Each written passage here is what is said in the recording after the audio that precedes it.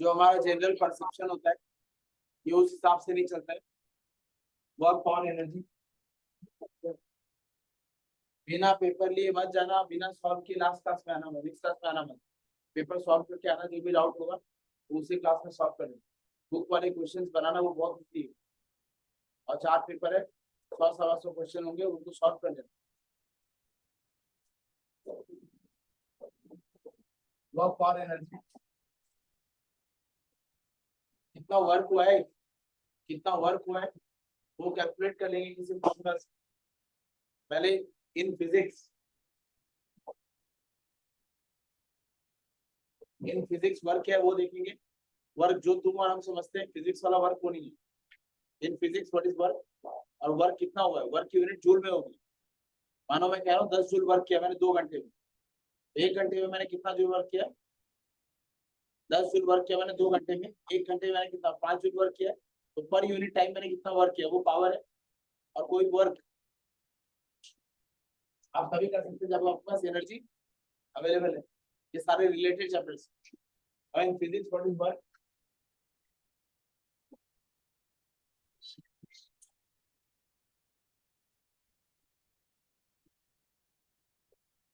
Subject में पहले words में लिखता हूँ। In physics work is only said to be done if there is force active on a body and there is displacement and there is displacement caused। और ये लिखने पर marks मुझे 0 मिला। इसमें क्या लिखा है, फोर्स होना चाहिए एंड डिस्प्लेसमेंट भी होना चाहिए। फोर्स भी होगा, डिस्प्लेसमेंट भी होगा, पर वर्क डन 0 कह देगा वो। इसका एक एग्जांपल ऐसा है, ये मानो पुली है, मैं इधर फोर्स लगा रहा हूँ और ये वेट, इसका जो वेट है W इक्वल्स टू mg वो नीचे एक्ट कर रहा है। इस चैप्टर में आप कौन से फोर्स को कंसीडर कर रहे हैं वो आपको क्लियरली पता होना चाहिए। जिस फोर्स को आप कंसीडर कर रहे हैं उस फोर्स का डायरेक्शन एंड उस ऑब्जेक्ट में जो डिस्प्लेसमेंट हो रहा है, डिस्प्लेसमेंट वेक्टर क्वांटिटी लिखिए, एंड उस ऑब्जेक्ट में जो डिस्प्लेसमेंट हो रहा है उसका डायरेक्शन आपको पता होना चाहिए। ये कैसा है, अगर मैं इस फोर्स की बात करूं, ये फोर्स जिस डायरेक्शन में लग रहा है उसके वेक्टर को बना लीजिए, ये एफ है, और मेरे इस एफ की वजह से, अच्छा यही फोर्स इसमें लगा रहा हूं ना मैं, इस फोर्स के डायरेक्शन का वेक्टर बना लीजिए वो इस डायरेक्शन में, और इस फोर्स की वजह से इस ऑब्जेक्ट में जो डिस्प्लेसमेंट है वो किधर है, ऊपर की तरफ। ये डिस्प्लेसमेंट का वेक्टर है, और दोनों में एंगल कितना है, दोनों में थीटा 90 डिग्री।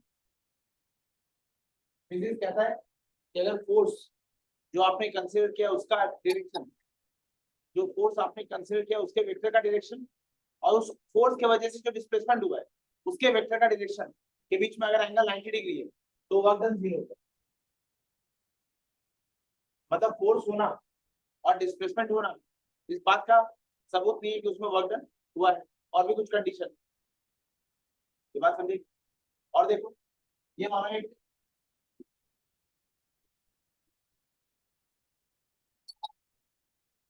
वेट है mg, ये नीचे की तरफ एक्ट कर रहा है, ये ग्राउंड में रखा है, इसको उठाने के लिए, आपने एक फोर्स ऊपर दिया है, that force is lifting force, lifting force का डायरेक्शन किधर है, ऊपर की तरफ, वेट का डायरेक्शन किधर है, नीचे की तरफ। अच्छा लिफ्टिंग फोर्स की वजह से उसमें डिस्प्लेसमेंट होगा x। अब फिर मुझे बोलो आप कौन से फोर्स की बात कर रहे हैं, ये जो W इक्वल्स टू mc है ये ग्रेविटेशनल फोर्स है, और डिस्प्लेसमेंट किधर हो रहा है, ऊपर की तरफ। मैं कौन से फोर्स को कंसीडर कर रहा हूँ उस पर वर्क डन बदल जाएगा। अच्छा इस केस लिफ्टिंग फोर्स का वेक्टर इस डायरेक्शन में, ये लिफ्टिंग फोर्स है, और डिस्प्लेसमेंट किधर हो रहा है, इसी डायरेक्शन में। लिफ्टिंग फोर्स और डिस्प्लेसमेंट के बीच में एंगल कितना है, ये 0 डिग्री। यहाँ वर्क डन, वो कह रहे हैं कि यहाँ वर्क डन मैक्सिमम होगा। यहाँ वर्क डन क्या बोल दिया उन्होंने, 0।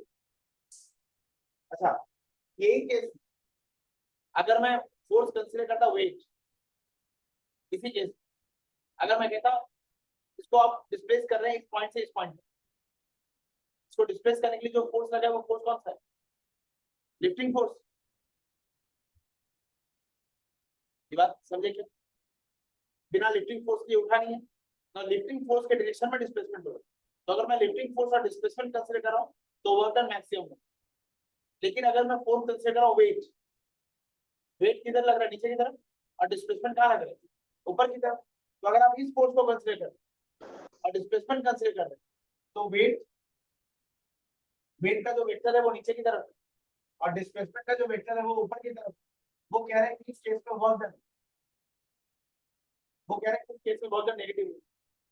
ये जो भी फोर्स की हमने बात की है, सॉरी वर्क की हमने बात की है, ये सब फिजिक्स की भाषा में तुम्हारे और मेरी समझदारी का यहाँ कुछ करने का नहीं। यानी कि मैं समझ सकता हूँ फोर्स लगना और डिस्प्लेसमेंट होना ही इस बात को इंश्योर नहीं करता कि वर्क डन हुआ है। ये जो वर्क डन, जहां वर्क डन 0 हुआ है, इसको वो कहते हैं मिनिमम वर्क डन।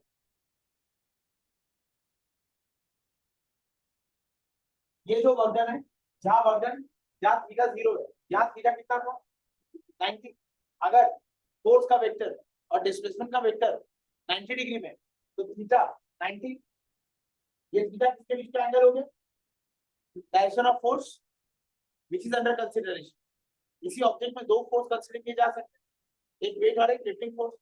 आप कौन से फोर्स को कंसीडर करें, direction of the force consider and direction of displacement.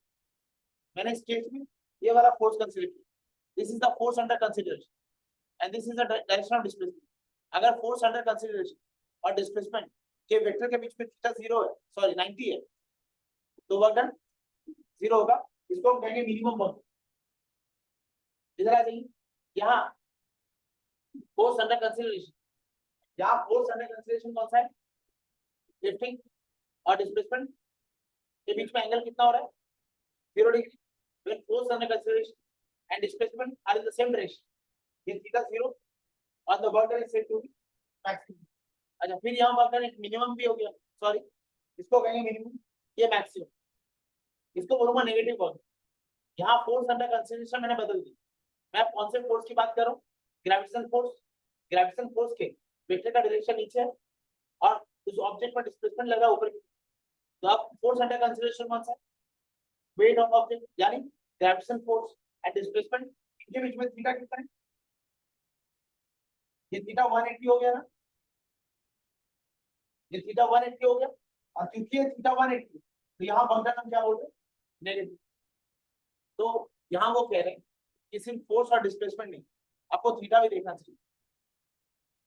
ये तीनों टर्म एक साथ आपको बताएंगे कितना वर्क डन हुआ है। पैरेलल वाला, इस ऑब्जेक्ट को उठाने के लिए इसका वेट इसको नीचे खींच, इसको उठाने के लिए तो एक लिफ्टिंग फोर्स लेगा, तो लिफ्टिंग फोर्स किधर, पहले क्या ना लिफ्टिंग, तो लिफ्ट कर रहा है, लिफ्टिंग फोर्स का वेक्टर का डायरेक्शन किधर होगा, ऊपर की तरफ, और इस पे तेरे लिफ्टिंग फोर्स की वजह से डिस्प्लेसमेंट किधर होगा, ऊपर की तरफ। तो आपकी बार फोर्स अंडर कंसीडरेशन कौन सा है, ये तेरे ऊपर है, मैं कह रहा हूँ तू कौन से फोर्स को कंसीडर कर रहा है, तू मुझे बता दे और फिर मैं आंसर दूंगा। What is the force under consideration, lifting force, और डिस्प्लेसमेंट किधर हो रहा है, ऊपर की तरफ। तो ये दोनों सेम डायरेक्शन में हो गए, थीटा कितना हो गया, 0 डिग्री। और अगर थीटा 0 है, अच्छा ये थीटा किसके किसके बीच का एंगल है, force under consideration and displacement produce in the body. ये बात समझे। अच्छा, इसी देखो कितना ब्रूटल है फिजिक्स। वो कह रहे हैं कि एक पुली है, इसने अपने सर पे कुछ लोड दिया, ये लोड का वेट नीचे की तरफ ऐड कर रहे हैं, इसका हम फ्री बॉडी डायग्राम लगाते हैं। इसका फ्री बॉडी डायग्राम कैसा बनेगा, ये पुली है, अच्छा इसका load W equal to mg नीचे लग रहा है, पुली ने इसको हाई रखा है, तो पुली ने रिएक्शन फोर्स लगाया हो, वो रिएक्शन फोर्स किधर है, ये पुली का रिएक्शन फोर्स है, ये अगर 10 किलो का है तो नीचे वेट कितना लग रहा है, 10 किलोग्राम फोर्स, और पुली ने रिएक्शन फोर्स कितना लगाया, 10 किलोग्राम फोर्स। लेकिन पुली जब प्लेटफॉर्म पे हॉरिजॉन्टल प्लेटफॉर्म पे चल रहा है तो उसका डिस्प्लेसमेंट का वेक्टर किधर होगा, उसका डिस्प्लेसमेंट का वेक्टर इधर होगा। अब अगर मैं लोड के रेस्पेक्ट में बात करूं तो डिस्प्लेसमेंट और लोड के बीच में एंगल कितना हो रहा है, 90 डिग्री। मतलब पुली कोई वर्क डन, पुली चल रहा है और वो कोई वर्क डन नहीं कर रहा है। रिएक्शन फोर्स के रेस्पेक्ट में भी अगर बात करें, force under consideration and displacement cause in the body, ये थीटा कितना 90 डिग्री, तो वर्क डन कितना हो जाएगा, यहाँ वर्क डन क्या हो जाएगा, 0 हो जाएगा। कितना ब्रूटल। आप प्लेटफॉर्म पे एक आदमी को लिफ्ट, एक कटाची या कोई लोड पकड़ के खड़ा है, देख रहे हैं आप, इस केस में वर्क डन क्या हो जाएगा, अगर कोई आदमी प्लेटफॉर्म पे खड़ा है और वो एक लोड लिफ्ट करके रखा है, लिफ्टिंग फोर्स तो लग रहा है, लिफ्टिंग फोर्स तो लग रहा है, लेकिन कोई डिस्प्लेसमेंट हो रहा है, अब कोई डिस्प्लेसमेंट नहीं हो रहा, ए 0 हो गया, तो फिर कोई वर्क डन। लेकिन हम तो कहते हैं ना बेचारा कितना काम कर रहा है। हमारे अंडरस्टैंडिंग का फिजिक्स के वर्क से कोई लेना देना, वो जैसे कह रहा है मैं वैसे काम, तो अपने, क्योंकि बचपन से हम ऐसा सोचते बोलते आते हैं, हमारी एक धारणा बन जाती है, ये देख कितना काम कर रहा है, ये बेचारा कितना काम कर रहा है। अच्छा यहीं पर अब हमारी धारणा के बारे में बोल रहा हूँ, अब आप दीवार पे धक्का लगा रहे हैं सुबह से शाम, तो मैं देख रहा हूँ ना आप काम कर रहे हैं, लेकिन फिजिक्स की भाषा में आप काम नहीं कर रहे, आप फोर्स तो लगा रहे, लेकिन आपके फोर्स की वजह से कोई डिस्प्लेसमेंट नहीं हो रहा है। तो हम कहते हैं काम का काम कर, ये कोई काम का काम, काम तो है ये, लेकिन कोई काम का काम, मतलब फिजिक्स ने प्रिसाइसली बोल दिया सिर्फ काम करना ही वर्क डन नहीं है, काम का काम करोगे तो वर्क डन माना जाएगा। ये डेफिनेशन क्लियर है क्या, ये डेफिनेशन क्लियर है, लेकिन ये डेफिनेशन सफिशिएंट है क्या, नहीं, तो इसमें कुछ इम्प्रोवाइजेशन करना पड़ेगा। अब वो इम्प्रोवाइजेशन कैसा होगा क्या होगा वो बता रहा हूँ आपको, वर्क डन का एक आइडिया मोटा मोटी हो चुका है, अब इसमें करेक्शन करेंगे।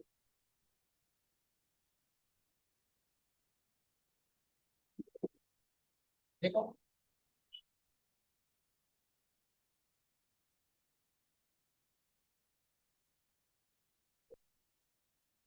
देखो देखो, work is only said to be done if there is force acting on the body and there is displacement caused in the displacement caused not perpendicular to the direction of force under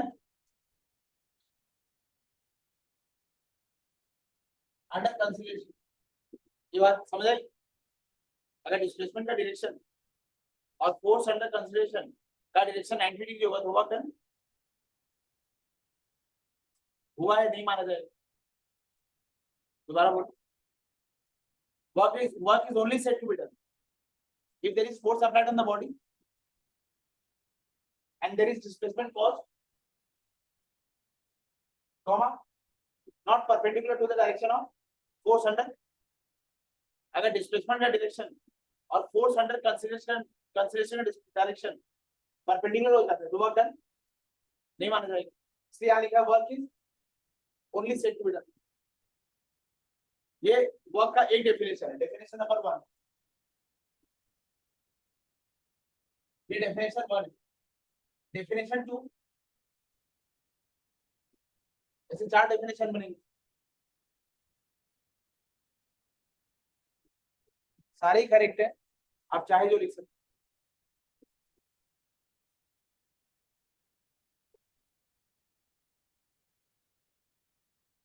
समझी,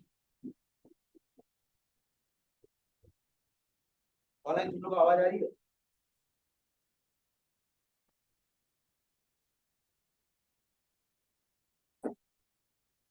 देखो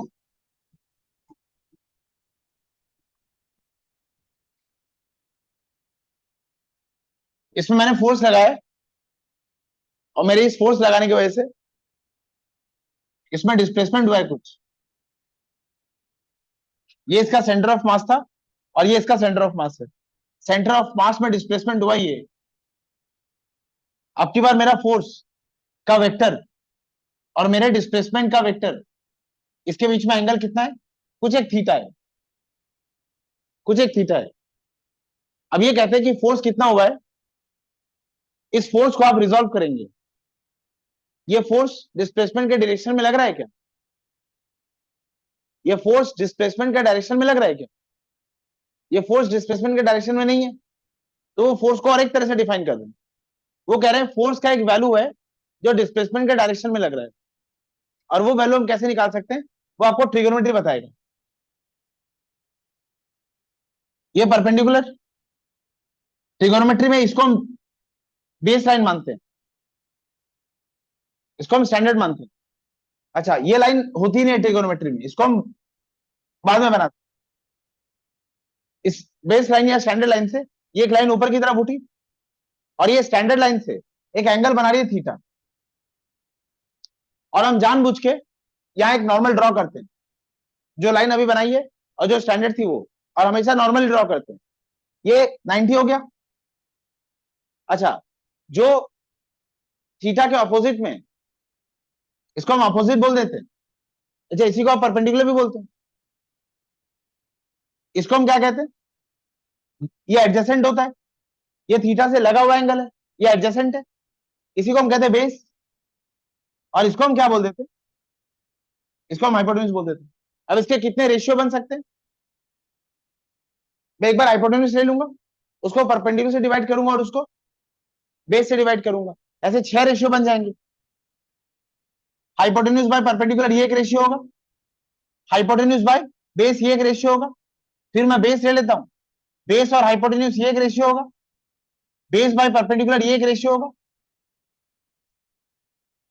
और फिर perpendicular ले लेता हूं, perpendicular by hypotenuse ये एक ratio होगा, और परपेंडिकुलर बेस ये एक रेशियो होगा। और ये सारे रेशियो का कुछ ना कुछ नाम दे देते हैं। और सबसे कॉमन कौन सा यूज कर रहे हैं? Sine cos tan. रोहित, तो बता इसमें साइन कौन सा है? ये रेशियो में साइन कौन सा है?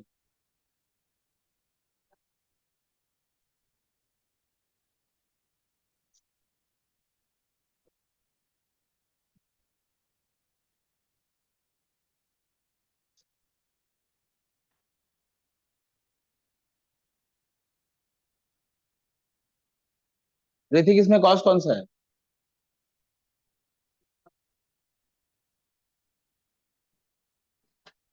और टेन?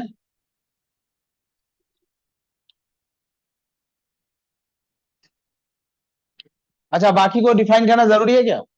बाकी सब इनके रेसिप्रोकल है, तो अब इसमें हम ट्रिग्नोमेट्री लगा देते हैं। अच्छा, मैं ये समझ गया कि हाइपोटेन्यूज,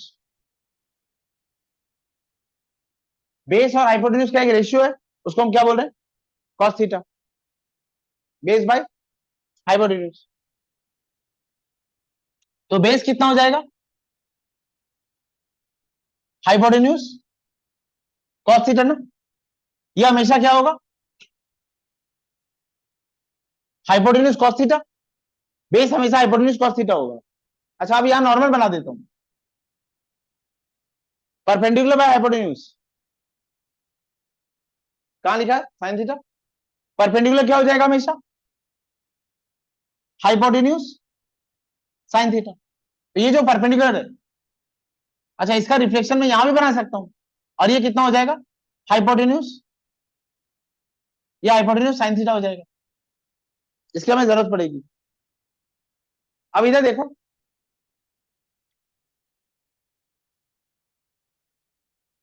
अब इसका हम फ्री बॉडी डायग्राम बनाते हैं। इसमें फोर्स किधर लग रहा है, वो बना लिया।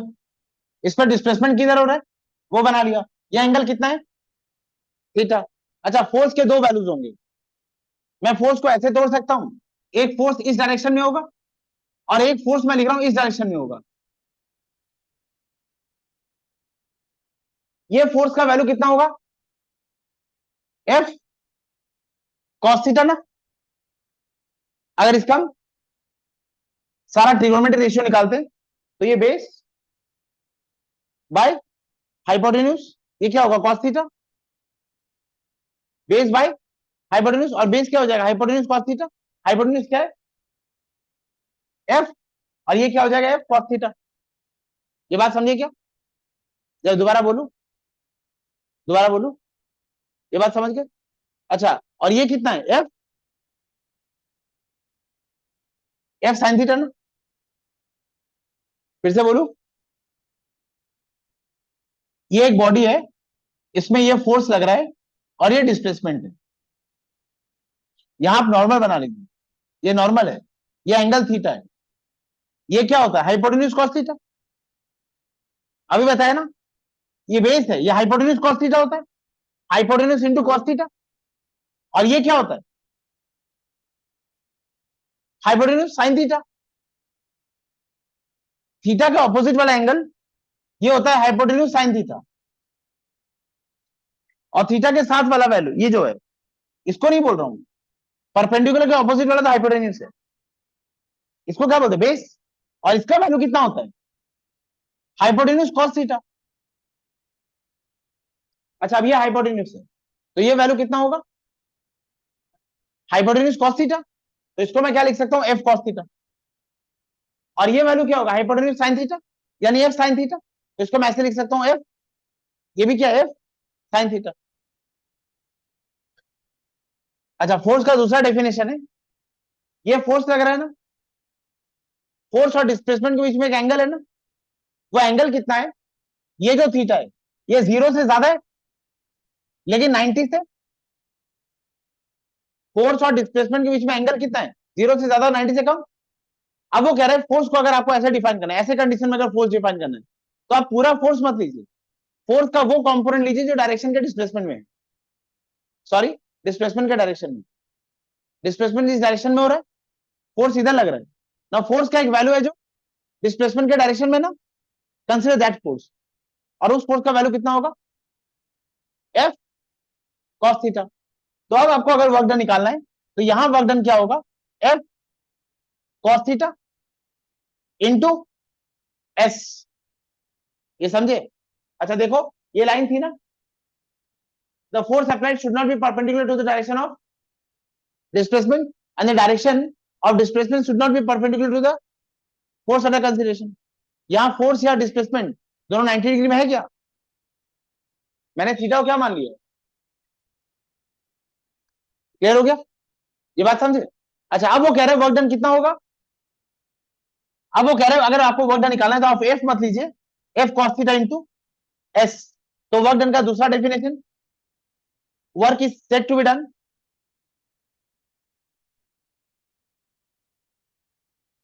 Work is said to be done if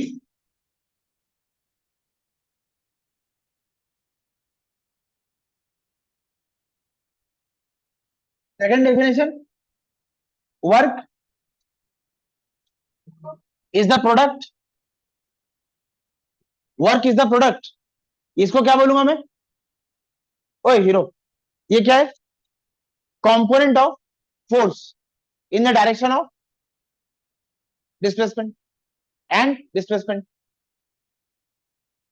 work done is the product of component of force in the direction of, ये फोर्स था बेटा, इस फोर्स को कंसिडर नहीं किया है, उस फोर्स के वैल्यू को कंसिडर किया है जो डिस्प्लेसमेंट के डायरेक्शन में था, और डिस्प्लेसमेंट के डायरेक्शन में कितना फोर्स था f, नहीं f cos थीटा। तो क्या लिखेंगे component of force in the direction of, component of force in the direction of displacement and displacement. नहीं समझ आया, दोबारा देखो, ये फोर्स क्या डिस्प्लेसमेंट के डायरेक्शन में लग रहा है, क्या ये फोर्स डिस्प्लेसमेंट के डायरेक्शन में लग रहा है, नहीं, आपने फोर्स का वो वैल्यू निकाला जो डिस्प्लेसमेंट के डायरेक्शन में है, ये डिस्प्लेसमेंट है ना, ये बॉडी था, डिस्प्लेसमेंट इधर हो रहा है ना, फोर्स किधर लग रहा है इधर लग रहा है ना, फोर्स का एक वैल्यू निकाला मैंने जो डिस्प्लेसमेंट के डायरेक्शन में है, और ये वैल्यू कितना है एफ कॉस थीटा, और डिस्प्लेसमेंट के परपेंडिकुलर भी एक फोर्स लग रहा है, ये वैल्यू कितना है साइन थीटा। मैं कह रहा हूं अगर आपको वर्क डन निकालना है तो आप इस फोर्स को कंसीडर मत करना, इस फोर्स को कंसीडर मत करना, इस फोर्स को कंसीडर करना। ये कौन सा फोर्स है, ये फोर्स का वो कंपोनेंट है, इस फोर्स के दो कंपोनेंट हो गए, एफ कॉस थीटा और एफ साइन थीटा। तो आप फोर्स का कौन सा कंपोनेंट लेंगे वर्क डन निकालने के लिए, component in the direction of displacement, component of force in the direction of displacement and displacement. So work done is the product of component of force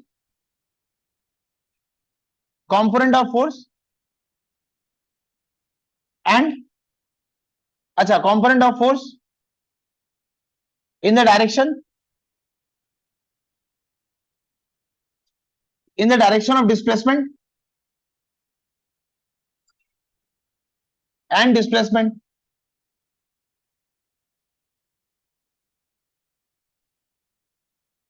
ये वर्क का second definition.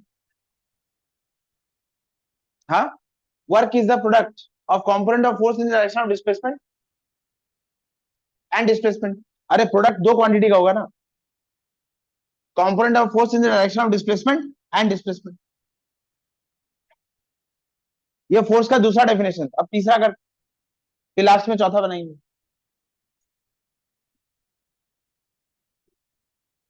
बेटाओ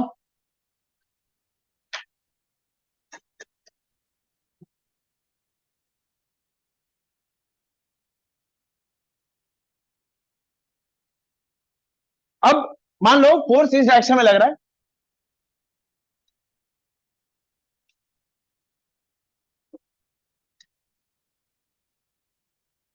ये मान लो force लग रहा है एफ, इस force का line of action किधर होगा, इस तरफ, ये फोर्स का लाइन ऑफ एक्शन, और इसमें डिस्प्लेसमेंट हो रहा है इस एंगल में। ना अजीब लगता है कि फोर्स इधर लगा रहा हूं, डिस्प्लेसमेंट इधर हो रहा है, ऐसा कैसे हो सकता। ये एक इंक्लाइन प्लेन पर एक ऑब्जेक्ट रखा है और मैं फोर्स लगा रहा हूं ऐसे ऐसे, तो ये फोर्स का लाइन ऑफ एक्शन हो गया, लेकिन डिस्प्लेसमेंट किधर होगा, ऊपर। ये फिर एक थीटा बन गया ना। तो इस केस में अगर आपको वर्क डन निकालना है तो फोर्स का वेक्टर आपने बना लिया, अब इसका फ्री बॉडी बनाते हैं। ये फोर्स के वेक्टर का डायरेक्शन और डिस्प्लेसमेंट किधर हो रहा है, इधर इधर। अच्छा, फिर ये एंगल कितना हो गया, फिर ये एंगल कितना हो गया थीटा। अब ये हाइपोटेन्यूज है और इसका एक कंपोनेंट फोर्स के डायरेक्शन में लग रहा है, इसका एक कंपोनेंट पहले जैसे फोर्स को तोड़ा था, अब किसको तोड़ रहा हूं बाबू, ये सारी वेक्टर क्वांटिटीज है, वेक्टर क्वांटिटी को थीटा के रिस्पेक्ट में तोड़ा जा सकता है, अलाउड है। इस डिस्प्लेसमेंट का एक कंपोनेंट किधर होगा, फोर्स के डायरेक्शन में, और वो वैल्यू कितना होगा एस, शाबाश, एस कॉस थीटा। और ये क्या होगा एस एस साइन थीटा। तो अब की बार वर्क डन क्या होगा, F into S cos theta. इधर वर्क डन होगा F into S cos theta. और अब मैं क्या लिखूंगा, work is the product of force and displacement in the direction of, अब की बार मैंने डिस्प्लेसमेंट कंसीडर किया इन द डायरेक्शन ऑफ फोर्स, पहले मैंने कंसीडर किया था force in the direction of, जैसे आपकी श्रद्धा आप वैसे कर सकते, सब चीज में फोर्स एक ही आएगा। तो थर्ड डेफिनेशन क्या होगा, work is the product of force and displacement in the direction of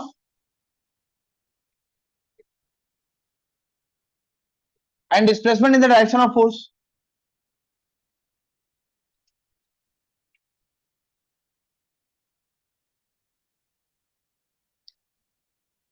अब इसको कहते हैं कम्यूटेटिव प्रॉपर्टी। ये कम्यूटेटिव प्रॉपर्टी क्या होती है, पहले मैंने फोर्स क्या निकाला था अंशुलाल, पहले मैंने फोर्स निकाला था F cos theta into S ना, और अभी फोर्स क्या लिख रहा हूं मैं, F into S cos theta ना। ये क्या होता है, मानो कॉस थीटा एक बार एफ के साथ आ गया और एक बार एस के साथ, तो जनरल जो वर्क डन का मैं फॉर्मुला बना सकता हूं वो क्या होगा, F into S into cos theta. और जब दो वेक्टर क्वांटिटी के बीच का एंगल कॉस थीटा कंसीडर किया गया, ये साइन थीटा भी हो सकता था, ये दोनों वेक्टर क्वांटिटी है, और दोनों वेक्टर क्वांटिटी के बीच का एंगल कौन सा कंसीडर किया गया, कॉस, ये साइन भी हो सकता था। हम क्लास 10 की फिजिक्स में पढ़ेंगे, यहाँ साइन थीटा आएगा। दो वेक्टर क्वांटिटी के बीच में हम साइन थीटा कंसीडर करेंगे। जब दो वेक्टर क्वांटिटी के बीच में कॉस थीटा कंसीडर किया जाता है तो आप इसको ऐसे भी लिख सकते हैं, एफ डॉट एस। जब आप डॉट लिखते हैं तो आप मुझे बता रहे कि इन दोनों के बीच का कौन सा कंसीडर एंगल कंसीडर किया गया, कॉस थीटा। तो वर्क को हम ऐसे भी डिफाइन कर सकते हैं, F is the dot product of force and work is the dot product of force and displacement। और क्योंकि आपने डॉट प्रोडक्ट लिखा है, मतलब इन दोनों के बीच का एंगल कौन सा होगा, जीरो। मैं कह रहा हूं जब ये cos थीटा रहेगा तो यहां डॉट लगा देना, और जब आप डॉट नहीं लिखेंगे तो आप इसको कैसे लिख सकते हैं, एफ एस। यहां तुमने डॉट लिखा है क्या, यहां तुमने डॉट लिखा है इसलिए cos थीटा नहीं लिखा, यहां तुमने डॉट नहीं लिखा इसलिए तुमने cos थीटा लिखा। एक और definition, work is the dot product of force and displacement. जब आप डॉट डॉट प्रोडक्ट बोल रहे हैं मतलब आप उन दोनों के बीच का एंगल भी कंसिडर कर रहे हैं।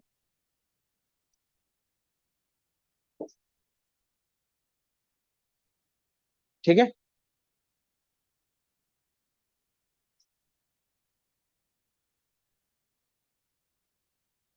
ये था डेफिनेशन 3।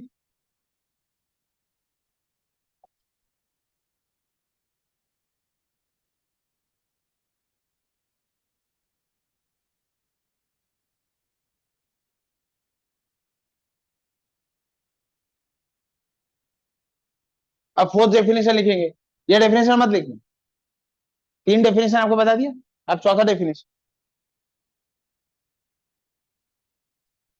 ये ऊपर वाला मिटाऊं,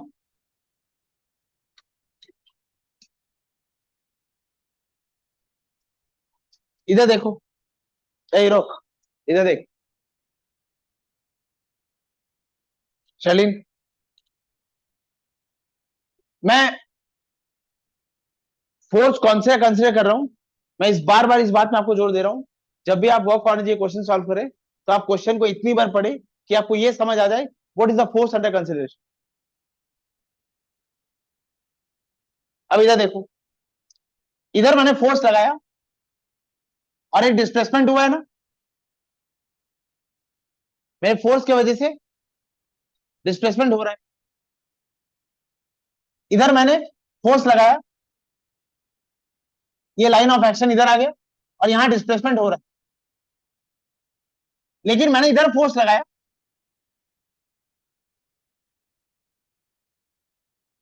और ये डिस्प्लेसमेंट इधर हो रहा है। अच्छा, इन तीनों केस में क्या डिफरेंस है,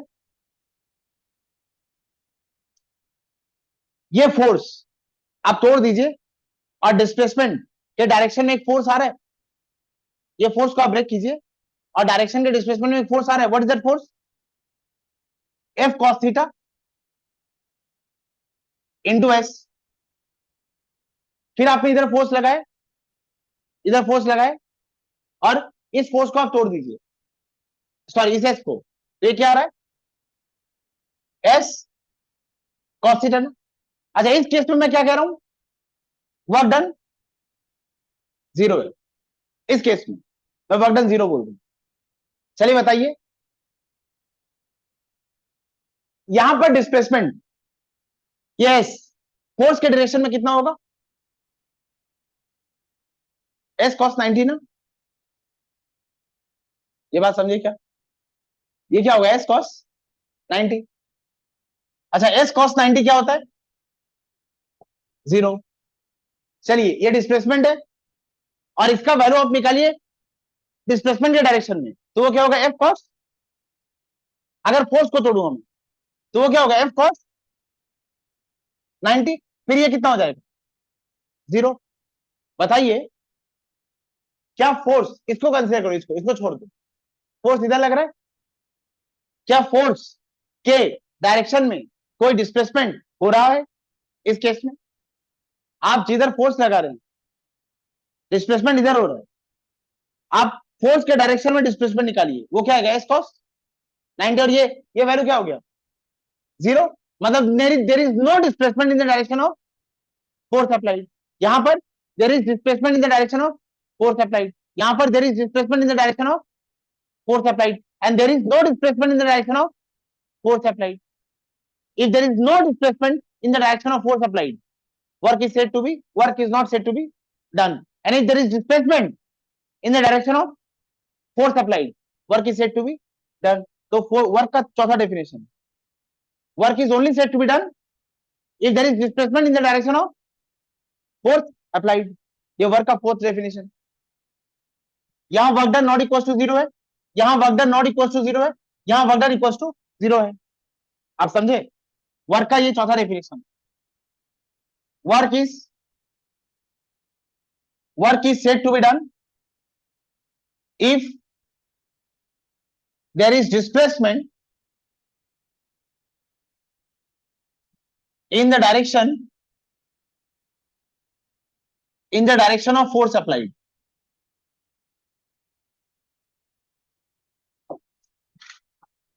ये वर्क के चार डेफिनेशन, आप जो चाहे वो लिख सकते हैं।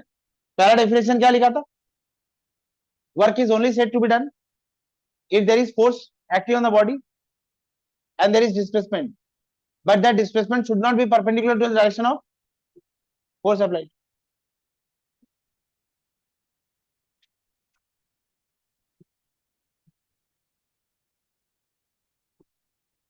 Work definition 4। अब आते हैं यूनिट ऑफ वर्क डन।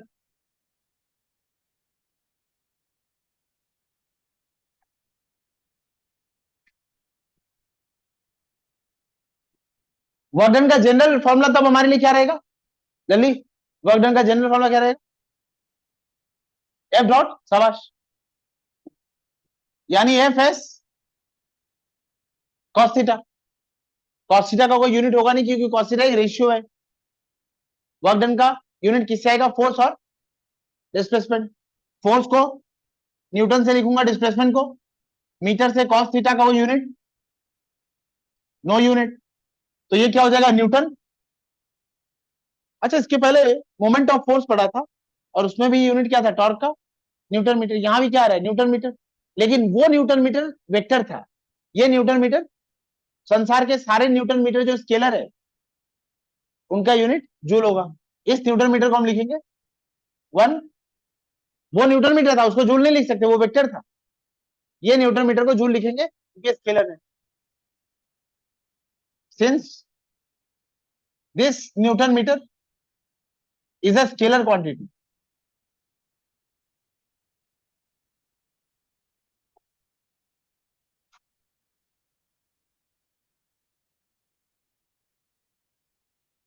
अच्छा ऐसा यूनिट ऑफ वर्क क्या हो गया न्यूटन मीटर, और CGS unit of work Shashwat, CGS unit of work F S cos theta. F क्या होगा dyne, S centimetre, dyne centimetre, यह CGS unit. Newton metre, newton metre को क्या लिखा था जूल, डाइन सेंटीमीटर को लिखेंगे अर्ग।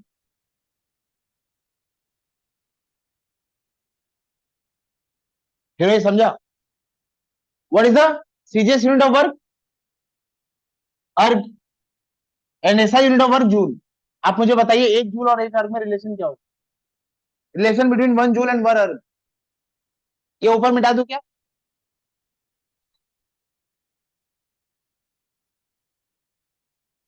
रिलेशन ऑफ 1 जूल and 1 अर्ग। 1 जूल यानी एमी। बहुत बहुत ही मुझे ना सबसे डर लगता था फिजिक्स से बचपन में, और क्योंकि मुझे डर लगता था तो मैं सारे स्टेप्स को ना 4-4 बार चेक करके लिखता था, क्या पता कुछ गलती हो जाए, मार्क्स कट जाएंगे। और जो मार पड़ती थी पापा की वो अलग। मेरा पूरा बचपन इसी सपने में बीता है कि मेरे घर के आंगन में जो नीम का पेड़ है उसको काटूंगा। यहाँ मेरे 2 नंबर कम आए नहीं कि मुझे उल्टा नीम के पेड़ में बांध देते थे कड़ी धूप में। अब वो पेड़ में कौवा आगे बैठ रहे, कोई दया मैंने, रूथलेस फादर। तो मैं कैसे पढ़ता था?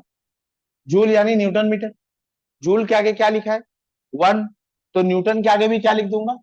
1। और मीटर के आगे भी क्या लिख दूंगा? 1। ऐसे पढ़ता था मैं कि कोई रिस्क नहीं लेने का बाबा मेरे को मार्क्स लाने में। अच्छा, 1 न्यूटन कितने डाइन के बराबर है?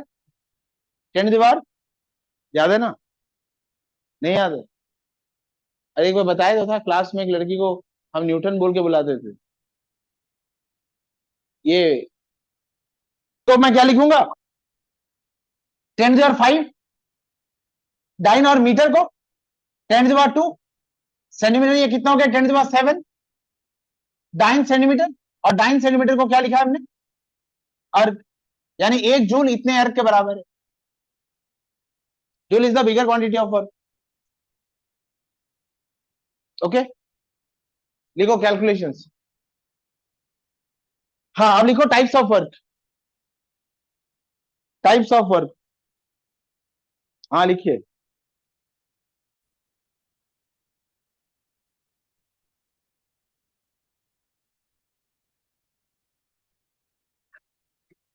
Positive work, maximum work, minimum work and negative work. Work का फॉर्मूला क्या है? एफ एस कॉस थीटा, ये वर्क का फॉर्मूला है। और थीटा किस किस के बीच का एंगल है? फोर्स और डिस्प्लेसमेंट। अगर थीटा 0 से ज्यादा है और 90 से कम है तो W equal to F S cos theta. इसको हम क्या बोलेंगे? ये वर्क पॉजिटिव वर्क है। अब मैक्सिमम वर्क, W क्या है? F S. हाँ,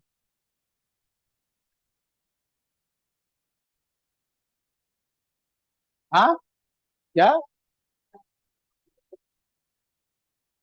ए, चलिए इधर आइए। ओ लालची आदमी, इधर आओ। W equal to F S cos theta.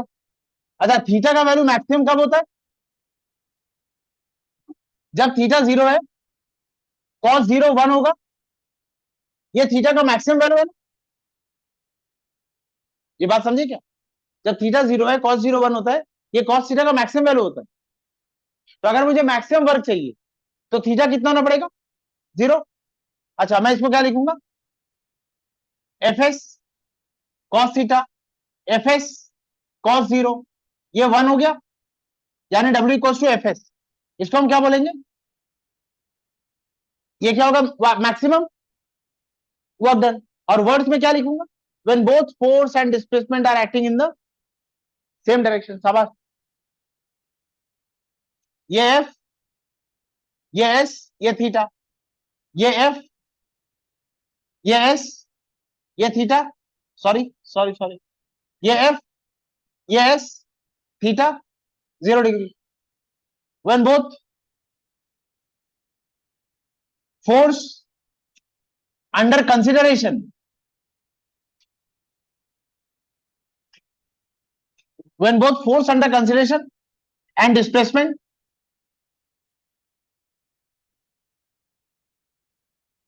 are acting in the same direction, minimum work done कब होगा?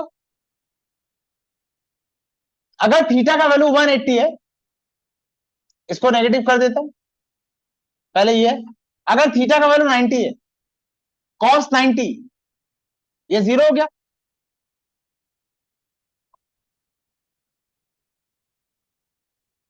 Force and displacement theta 90, work done equals to F S cos theta F S cos 90, ये zero हो गया, work done zero. इसको कहते हैं minimum work done. और minimum work done कब होगा? when force is acting perpendicular in the direction of displacement, when force under consideration is perpendicular to the direction of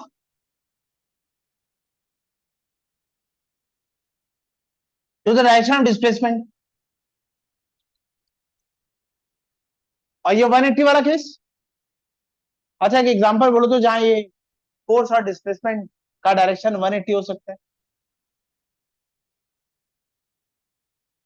ये वाला बनाता हूं,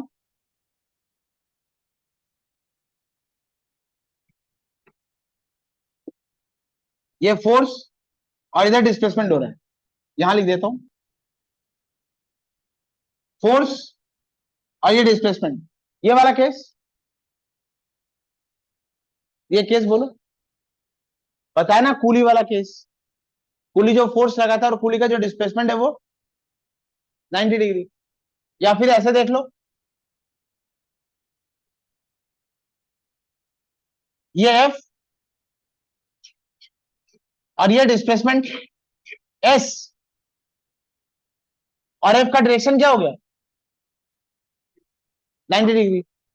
ये फोर्स अंडर कंसिडरेशन और ये डिस्प्लेसमेंट, घड़ी मत देख, ये वाला केस आता है। ये तीनों केस हो गए,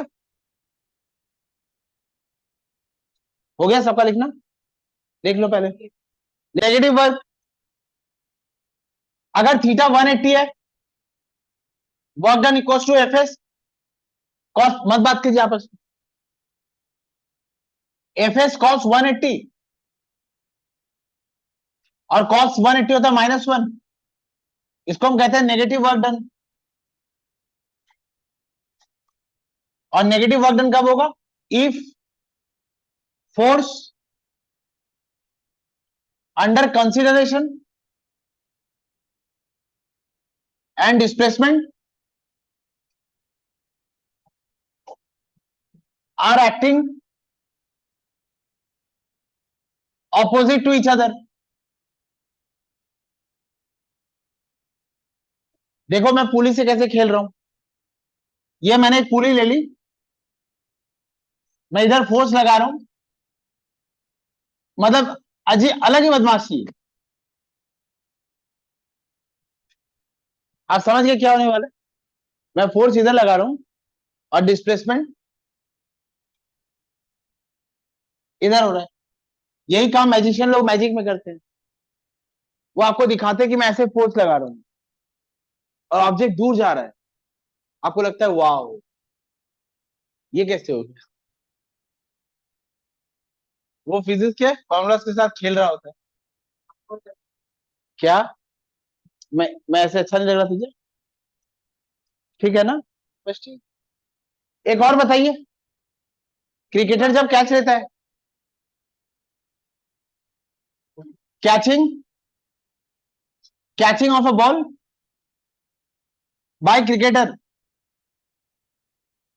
ये एक परफेक्ट एग्जांपल है नेगेटिव वर्क डन का। अच्छा नेगेटिव वर्क डन क्या मतलब है, ये सब ना बड़ी बड़ी बात एक साइड में रख दीजिए, इक्वेशन ऑफ मोशन को यूज करते हैं हम वर्क डन को समझने के लिए। इसको अगर एक्सप्लेन करना है, बॉल ऊपर से आ रही है, बॉल का वेट नीचे की तरफ है, यहां देखो क्या लिखा हुआ है, हीरो सुन ले, यहां क्या लिखा है, catching of a ball bye, ये जो बाय क्रिकेटर लिखा है ना, इसका मतलब आप कौन सा फोर्स कंसीडर कर रहे हैं, वो फोर्स जो क्रिकेटर लगा रहे हैं। वरना बॉल किस फोर्स के अंडर में आ रही है, वेट के इन्फ्लुएंस में। बाबू बॉल बॉल नीचे आ रहा है, बॉल का जो वेट है वो अर्थ की तरफ काम कर रहा है, लेकिन यहां क्या लिख दिया, by catching of a ball by. चल इधर देखो, बॉल अपने वेट से नीचे आ रहा है और क्रिकेटर क्रिकेटर जो फोर्स लगाएगा वो बॉल को वेट के अगेंस्ट लगाएगा, ये फोर्स बाय क्रिकेटर, ये बात समझे? अच्छा, क्रिकेटर फोर्स कहां लगा रहे हैं? ऊपर की तरफ, क्यों? ये रिटार्डिंग फोर्स है, वो चाहता है बॉल की वेलोसिटी क्या हो जाए, 0। बॉल एक इनिशियल वेलोसिटी से आ रहा है, बॉल की इनिशियल वेलोसिटी 0 नहीं है, क्रिकेटर बॉल को रोकना चाहता है, बॉल की फाइनल वेलोसिटी क्या होगी, 0। क्रिकेटर जो फोर्स लगा रहा है F equals to M A होता है, M V minus U by T. V कितना है, तो सुन इधर, वी कितना है, 0। क्रिकेटर जो फोर्स लगा रहे हैं, वी कितना है, 0। यू का वैल्यू कुछ है और बॉल का मास है, तो cricket is applying some force, और ये फोर्स कम लगे, इसलिए क्रिकेटर हाथ को क्या करता है, पीछे। तो क्रिकेटर का जो डिस्प्लेसमेंट है वो इस डायरेक्शन में, लेकिन क्रिकेटर फोर्स कहां लगा रहा है, इस डायरेक्शन में। तो क्रिकेटर जो फोर्स लगा रहा है और क्रिकेटर के हाथ का जो डिस्प्लेसमेंट है वो दोनों अपोजिट है ना, तो ये वर्क डन क्या हो गया, यही सारा खेल है। देखो यहाँ क्या लिखा हुआ है, catching of a ball by, मतलब what is the force under consideration, not the weight of the ball. कौन सा फोर्स है कंसिडरेशन में, क्रिकेटर का फोर्स, और क्रिकेटर का फोर्स ऊपर की तरफ लग रहा है और डिस्प्लेसमेंट इधर हो रहा है, तो ये वर्क डन क्या हो गया, नेगेटिव। ठीक है, एक न्यूमेरिकल सॉल्व करते हैं, ये सारी थ्योरी के ऊपर बेस्ड एक पावरफुल न्यूमेरिकल जो आपको सब कुछ समझा देगा ऑलमोस्ट।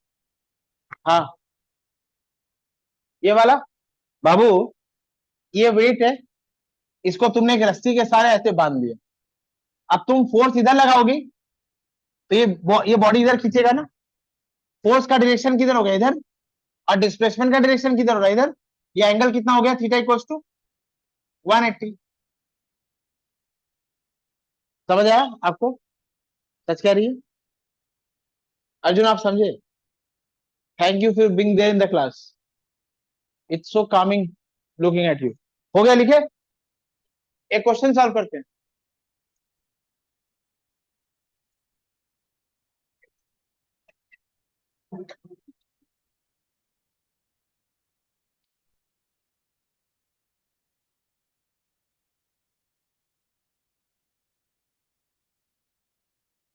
लो, एक अच्छा क्वेश्चन फेंक के मार रहा हूं। ये बॉल 100 ग्राम की है, इसका जो लेंथ है वो 20 मीटर है, इसको मैं उठा के यहां से यहां ले आया,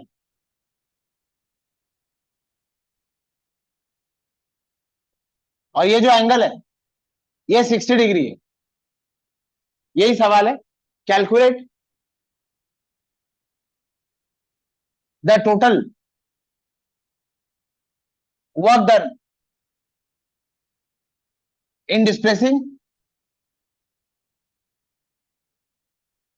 displacing the bob of pendulum as shown by application of a force of 1 Newton। मैं आपको, हाँ, मैं आपको 5 मिनट का टाइम दे रहा हूं, you feel the emptiness inside your heart and then I feel all the emptiness.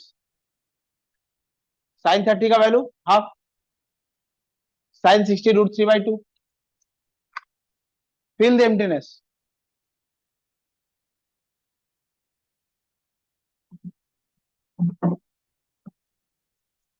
ये लेंथ 20 मीटर है,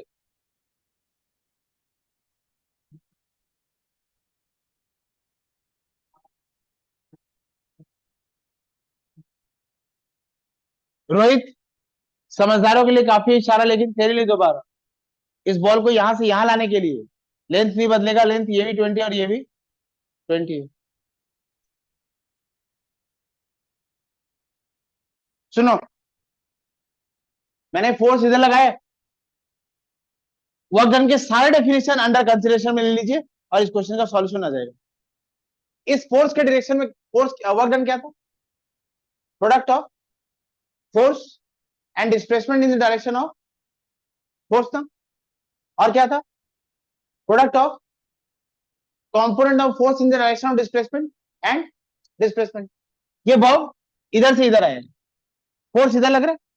अच्छा, इस फोर्स के डायरेक्शन में कितना डिस्प्लेसमेंट हुआ है, ये डिस्प्लेसमेंट हुआ है ना, ये डिस्प्लेसमेंट हुआ है ना। वो where was the centre of mass earlier, ये था सेंटर ऑफ मास, और अब इसका सेंटर ऑफ मास कहां है, यहां पर। पहले इसका सेंटर ऑफ मास यहां था, अब इसका सेंटर ऑफ मास यहां है। मेरे फोर्स लगाने की वजह से ये बॉब यहां से यहां है, पक्का। अच्छा, ये वैल्यू कितना है 20, ये वैल्यू भी कितना होगा 20, ये कितना है 90, ये कितना है 60, ये कितना होगा 30, ये 90 डिग्री है 60 डिग्री है, कोई डाउट नहीं। अच्छा बताइए ये वैल्यू कितना होगा, ये 20 है, ये 30 है, ये वैल्यू कितना होगा,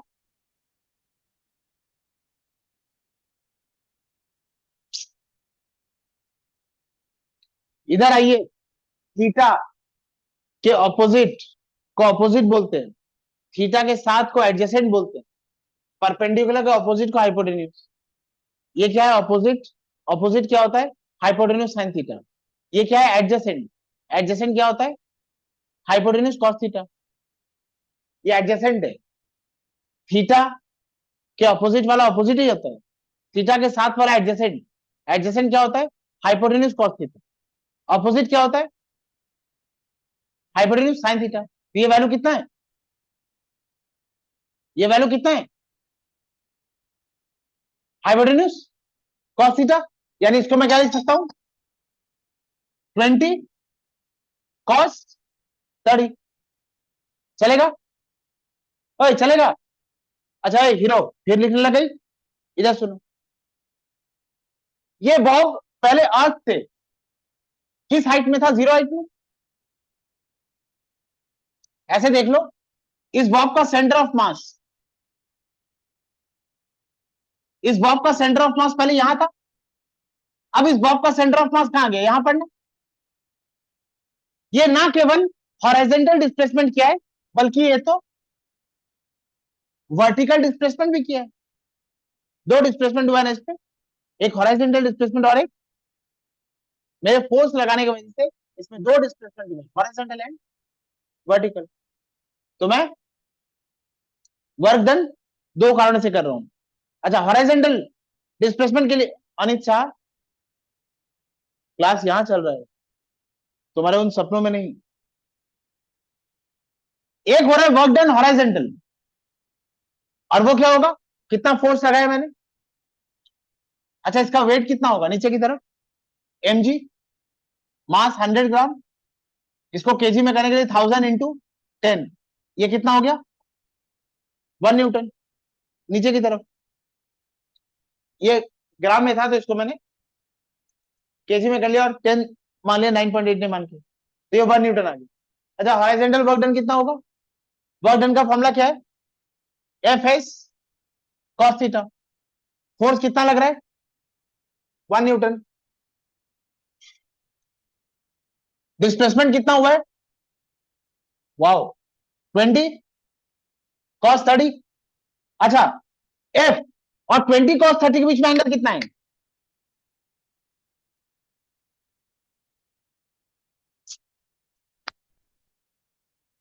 ये एफ, इतना मारूंगा, ये एफ और ये क्या बच्चों एस कॉस 30, 0 डिग्री ना। तो ये कितना हो जाएगा कॉस इंटू कॉस 0 डिग्री, ये कितना आ जाएगा 20 कॉस 30 इंटू 1, 20 रूट 3 बाई, ये कितना आ गया 10 रूट 3 जूल।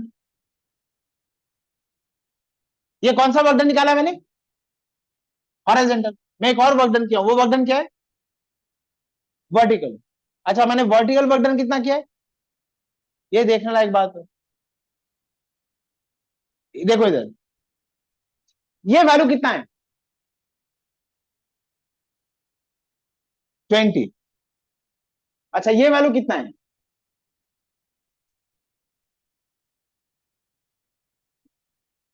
ये एडजेसेंट है, ये थीटा का अपोजिट है। अपोजिट क्या होता है, हाइपोटेन्यूज।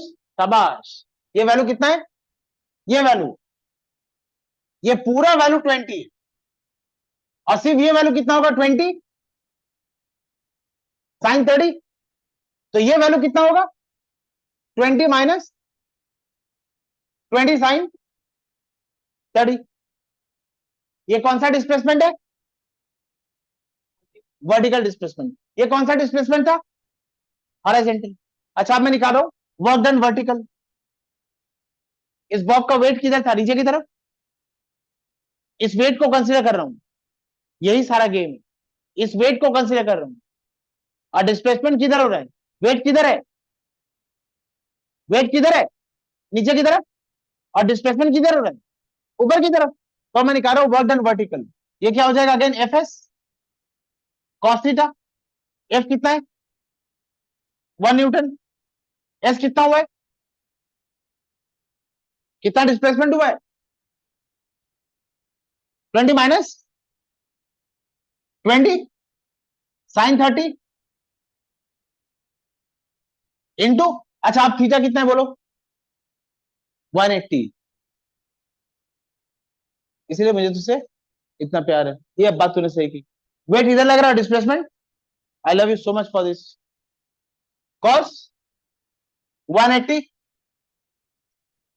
1 इंटू, ये कितना हो जाएगा 20 साइन 30 हाफ 10, और कॉस 180 क्या -1, ये हो जाएगा 10 -10 जूल।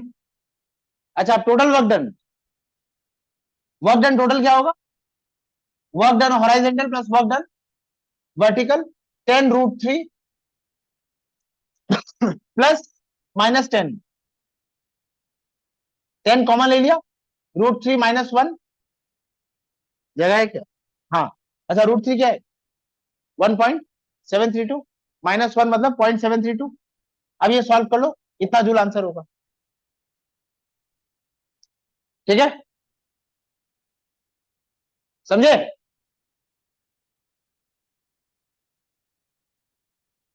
दोस्तों मेरी चीज, वो जो आपको थ्योरी पढ़ाया वो सारी थ्योरी इस क्वेश्चन में लग गई, ये एक फुल प्रूफ क्वेश्चन होता है।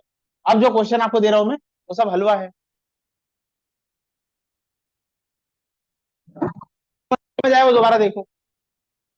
इस क्वेश्चन में फोर्स लग रहा है इस डायरेक्शन में, और तुम्हारे फोर्स लगाने की वजह से ये बॉब इधर आ गया, फोर्स लगा है बॉडी में, डिस्प्लेसमेंट भी हुआ है, डिस्प्लेसमेंट दो तरह से हुआ है, एक एमी, इसको कहते हैं हॉरिजॉन्टल, इसको कहते हैं वर्टिकल। ये बॉब पहले यहां पर था, अब ये यहां पर आ गया, तो हॉरिजॉन्टल डिस्प्लेसमेंट भी हुआ है और वर्टिकल डिस्प्लेसमेंट भी हुआ है ना। हॉरिजॉन्टल डिस्प्लेसमेंट कितना हुआ है, ये 20 है, तो ये कितना होगा, ये 90 है, ये 60 दे दिया था मैंने, ये 30 है, तो ये कितना होगा, राइट एंगल ट्रायंगल, ये 90, ये 60, ये 30, ये अगर 30 है, ये अगर हाइपोटेन्यूज है, तो ये क्या होगा, base by hypotenuse cos 30, cos 30 क्या होगा, बेस बाय हाइपोटेन्यूज, तो बेस क्या होगा हाइपोटेन्यूज cos 30, हाइपोटेन्यूज कितना है यहां पर 20, तो ये कितना हो जाएगा 20 cos 30, ये वैल्यू कितना है 20 cos 30। ये बात समझिए आप, ये कौन सा डिस्प्लेसमेंट है, हॉरिजॉन्टल। अच्छा ये बॉल ऊपर भी आया ना, उसको क्या बोलेंगे वर्टिकल डिस्प्लेसमेंट, और वर्टिकल डिस्प्लेसमेंट कितना हुआ अभी, ये कितना है बेटा 20, और इसको मैं कितना मान रहा हूं, ये बॉल अभी यहां आ गया, और ये कितना है 20 साइन, ये एक बेस क्या होता है हाइपोटेन्यूज cos 30। अब इसको मैं इसको परपेंडिकुलर कर देता हूं, ये हो जाएगा साइन, तो परपेंडिकुलर कितना हो जाएगा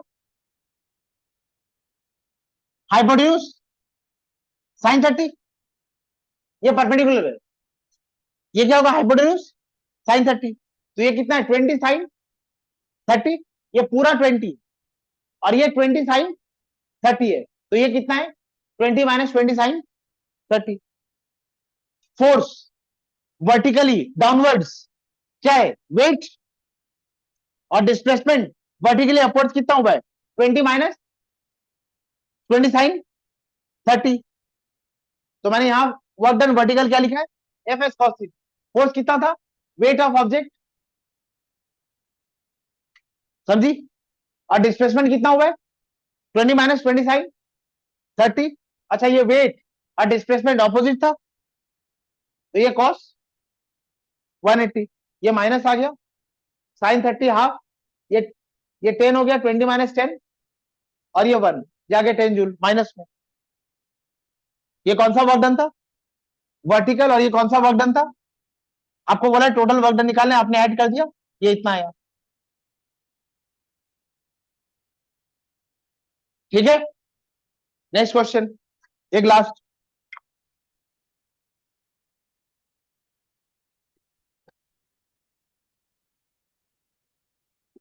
मिटाऊं क्या, ओ हाँ, हाँ इधर आइए, ये एक अच्छा क्वेश्चन है और मुझे पूरा विश्वास है कि रोहित इसको कर लेगा, पर जब जब मैंने विश्वास किया तब तक वो, इस बार ऐसा नहीं होगा, इस बार मुझे रोहित पे पूरा भरोसा, देख लेना, रोहित बिना पेन के सॉल्व करके बताएगा।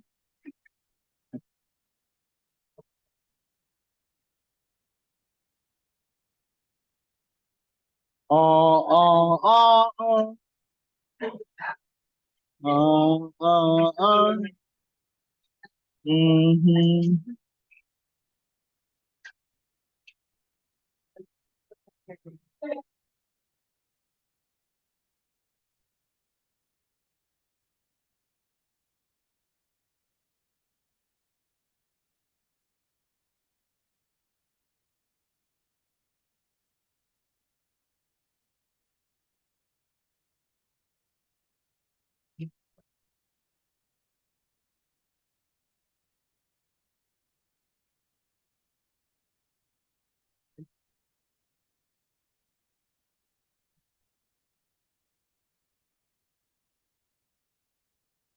सॉल्व कीजिए, calculate work done,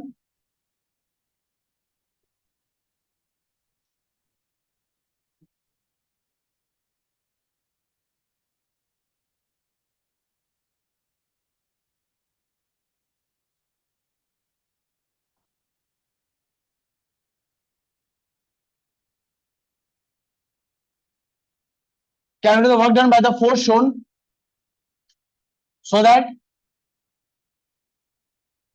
the object gains a vertical height of 4 metre. जो फोर्स आपको दिखाया गया है उस फोर्स ने कितना काम किया है कि इस ऑब्जेक्ट का वर्टिकल हाइट 4 मीटर हो गया है।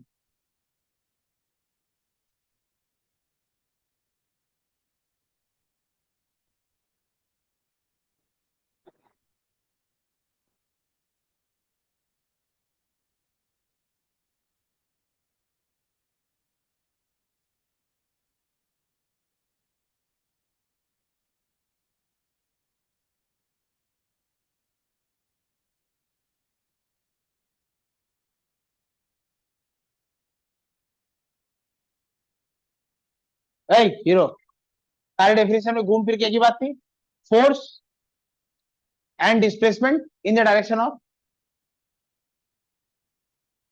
Force and sorry sir, force and displacement in the direction of force, या फिर force in the direction of displacement into displacement.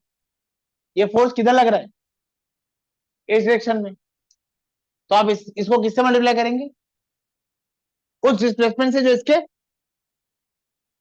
Direction में, और इसके डायरेक्शन में कितना डिस्प्लेसमेंट हुआ है, ये सेंटर ऑफ मास यहाँ है, और मैं कह रहा हूं इसका वर्टिकल हाइट कितना हो चुका है 4 मीटर, मतलब ये कहां आ चुका है, यहां पर। तो इसका डिस्प्लेसमेंट कितना हुआ है ये, और ये क्या है, root under 10 square plus 4 square, hypotenuse है ना ये, समझे। ये फोर्स, ये ऑब्जेक्ट है, ये है फोर्स, और ये है डिस्प्लेसमेंट, और इन दोनों के बीच में एंगल कितना है, 0 डिग्री। कोई डाउट, कोई भी जरा सा भी, फोर्स का एंगल देख लो, और डिस्प्लेसमेंट प्योरली दिख रहा है कि इधर हुआ है।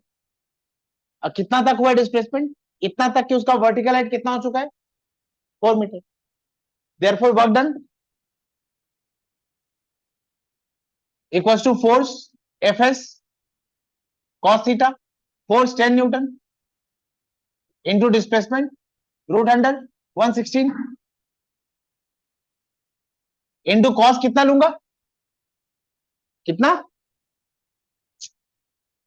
मैंने ये वाला फोर्स कंसीडर किया है, और डिस्प्लेस 90, ये फोर्स कंसीडर किया ऋतिक 0, ये हो जाएगा 10 रूट 116 जूल, ये 1 हो गया। ये वैल्यू थोड़ा अच्छे ले सकता था, तो आ जाता, समझे क्या उस कौन सा, मैं बार बार कह रहा हूं ना, फोर्स अंडर कंसिडरेशन, कौन सा फोर्स कंसीडर किया गया है उसको समझिए आप। ये फोर्स कंसीडर किया है, और आपको डिस्प्लेसमेंट किधर लेना है, इसी फोर्स के डायरेक्शन का, और इस फोर्स के डायरेक्शन में डिस्प्लेसमेंट क्या है, यहां से लेके यहां तक, चलेगा। एक क्वेश्चन लिखो, कैलकुलेट द वर्क डन, ये कर लो, calculate the work done in lifting, calculate the work done in lifting 100, इधर आ जाओ बेटा, calculate the work done in lifting 1000 litre of water from a well of 80-meter depth. Calculate the work done in lifting. अच्छे से read the question carefully and then answer. Calculate the work done in lifting 1000 liter water from a well of depth 80 meter. In lifting 1000 liter water. In lifting 1000 liter water from a well of depth 80 metre. 2 minute का time दे रहा हूं, सोचो। इस question में एक word use किया गया है, लिफ्टिंग, मतलब फोर्स अंडर कंसीडरेशन कौन सा है, लिफ्टिंग फोर्स, और वाटर का डिस्प्लेसमेंट किधर हो रहा है, ऊपर की तरफ। ये पानी है, इसमें लिफ्टिंग फोर्स लग रहा है, और ये डिस्प्लेसमेंट है। डिस्प्लेसमेंट कितना है, डिस्प्लेसमेंट कितना बेटा,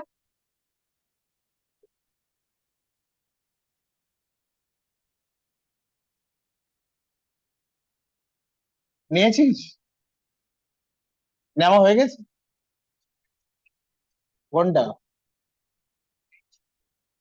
ওকে ঠিক আছে, আমি রেকর্ডিং,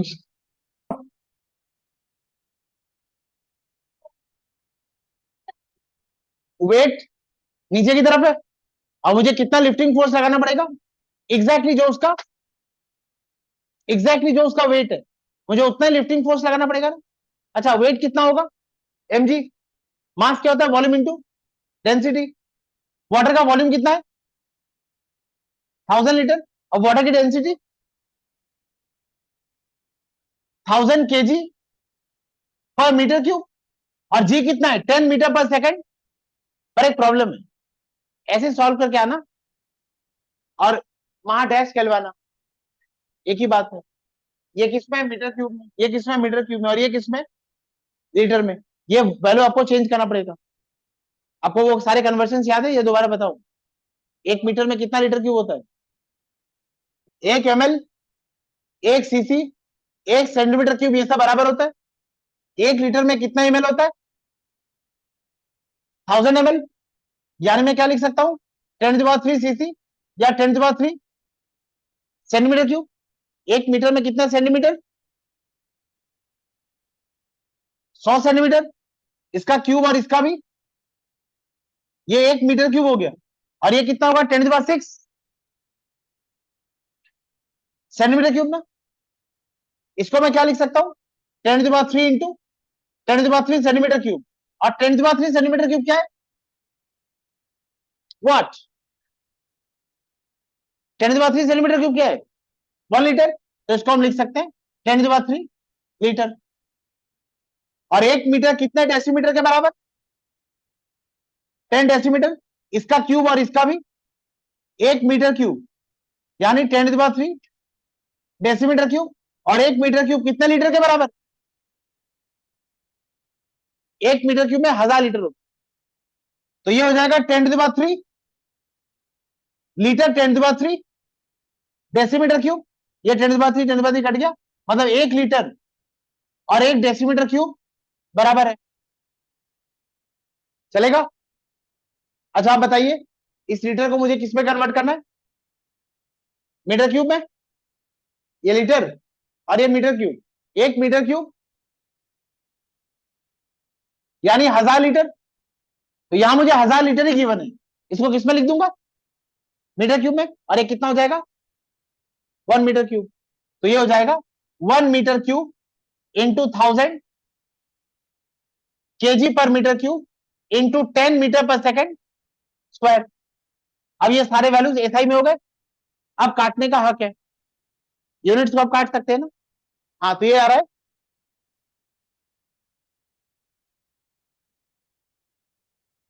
इतना न्यूटन।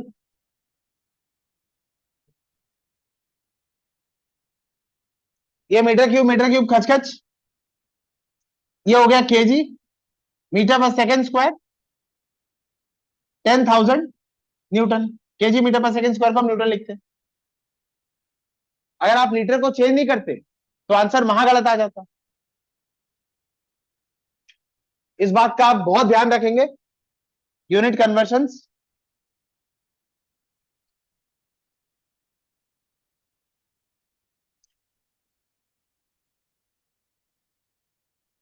अब बोलो लिफ्टिंग फोर्स कितना है? जल्दी लिफ्टिंग फोर्स कितना है? अरे लिफ्टिंग फोर्स कितना है? 10,000 न्यूटन। सो लिफ्टिंग फोर्स, आपके पास लिफ्टिंग फोर्स 10,000 न्यूटन है और डिस्प्लेसमेंट कितना हुआ है? 80 मीटर। और लिफ्टिंग फोर्स और डिस्प्लेसमेंट में एंगल कितना है? 0 डिग्री। आइए वर्क डन हो जाएगा F S cos theta. F 10,000, S 80 और कॉस 0। 840 जूल यानी 80 किलो जूल। इतना वर्क डन किया मैंने। समझे क्या बेटा? समझी? समझा? समझी? कौन सा नहीं समझी? ये वाला क्वेश्चन में क्या बोला? Calculate the work done in lifting. तो कौन सा फोर्स कंसीडर किया गया यहां पर? Lifting force. और लिफ्टिंग फोर्स कितना होगा? ये वाटर है, इस वाटर का वॉल्यूम कितना है बाबा? 1000 लीटर। इस वाटर का वेट निकालना है तुम्हें। वेट यानी एमजी, मैंने लिखा है एमजी। मास मतलब वॉल्यूम इंटू डेंसिटी। वाटर का वॉल्यूम कितना दिया? 1000 लीटर। वाटर की डेंसिटी क्या है? 1 ग्राम पर सेंटीमीटर क्यूब यानी 1000 केजी। ये लो जाना, इसको लिख दिया 1000 केजी पर मीटर क्यूब और जी का वैल्यू 10 ले लिया। लेकिन एक प्रॉब्लम है, ये एसआई में है, केजी मीटर में। ये भी एसआई में, मीटर सेकंड में, लेकिन ये लीटर में है। इसको मैंने किस में कन्वर्ट कर लिया? मीटर में। और यहां मैंने यूनिट कन्वर्सन लिख दी। 1 मीटर क्यूब में कितना लीटर होता है? 1000 लीटर। तो ये 1000 लीटर है। ये कितना मीटर हो गया? 1 मीटर क्यूब। ये बात समझी? ये मीटर क्यूब कट गया। ये क्या हो गया? केजी मीटर पर सेकंड स्क्वायर। और केजी मीटर पर सेकंड स्क्वायर क्या होता है? Newton force. तो ये कितना हो गया? 10,000 न्यूटन। अच्छा ये है वेट। और तुम्हें कितना लिफ्टिंग फोर्स लगाना पड़ेगा वेट के बराबर? तुम्हारे अटैची का वेट 10 किलो है, तो इसका सॉरी अटैची का मास 10 किलो है, तो वेट कितना होगा? 10 kilogram force. And how much lifting force you have to apply? 10 kilogram force ऊपर की तरफ। तो ये कितना हो गया 10,000। और डिस्प्लेसमेंट कितना हुआ है, वेल का डेप्थ कितना है 80, इसको मैंने 80 लिख दिया। और इन दोनों के बीच में लिफ्टिंग फोर्स के बीच में और डिस्प्लेसमेंट में एंगल कितना है 0, cos 0 का वैल्यू 1। तो ये हो गया 8 4 0 और 3 0 को हम लिखते हैं 1 के 80 किलो जूल। हाँ 5 0 आ रहा है 4 1 5, हाँ 1 0 कम हो गया, यस 1 2 3 4 5 800 किलो जूल। कोई डाउट है इसमें? नेक्स्ट क्लास में ये से कंटिन्यू करेंगे।